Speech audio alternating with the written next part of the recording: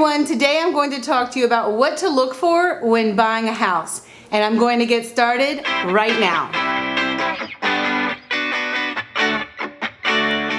Hey everyone, my name is Jamey Prezzi. I'm a real estate agent in Miami and Miami Beach, and today I'm going to talk to you about what you need to look for when buying a house. But first, before I get started with that, I just want to tell you thank you so much for tuning in every single week. If this is your first time here, hit the subscribe button so you never miss another update. I do put out videos all throughout the week.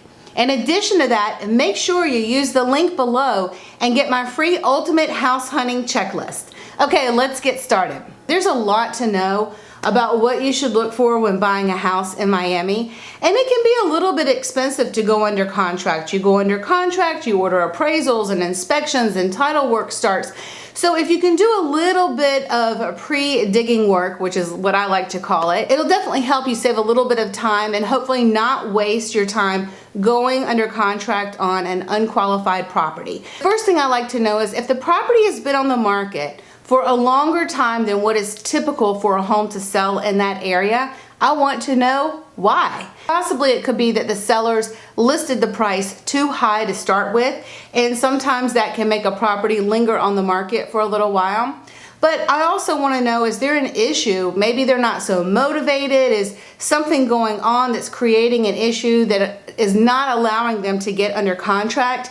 Maybe there are some family members involved and they can't agree on the sales price, or I don't know, just something that can create an issue for actually getting the transaction done. Number two, has it been under contract before? And if it has and it came back on the market, why? Typically we can see this when we look at our MLS history in the back end of our database, and I try to dig a little bit and find out if there are some issues that no one has just disclosed yet that has created an issue for why the property has come back on the market.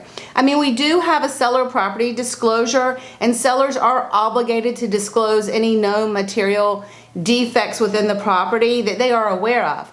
But I don't know, if something's been on the market and it's gone under contract and come back on, I want to know why. The next thing I like to find out is how old are the bigger ticket item systems in the home. Mainly I like to find out how old are the roof, the electrical, the plumbing, and the HVAC systems. These can create issues when it comes time to get insurance on the property. And so I just like to have a little bit of information, and I also like to talk to one of our preferred insurance agents just to kind of get their opinion. And the last thing I like to ask about is the insurance. And what's the cost of insurance on this property? And is the property in a flood zone? Because some people just do not want to budget in a higher insurance policy on a property. And if that's the case, let's find out around how much is the insurance before you actually make an offer and start spending money getting all of those reports back.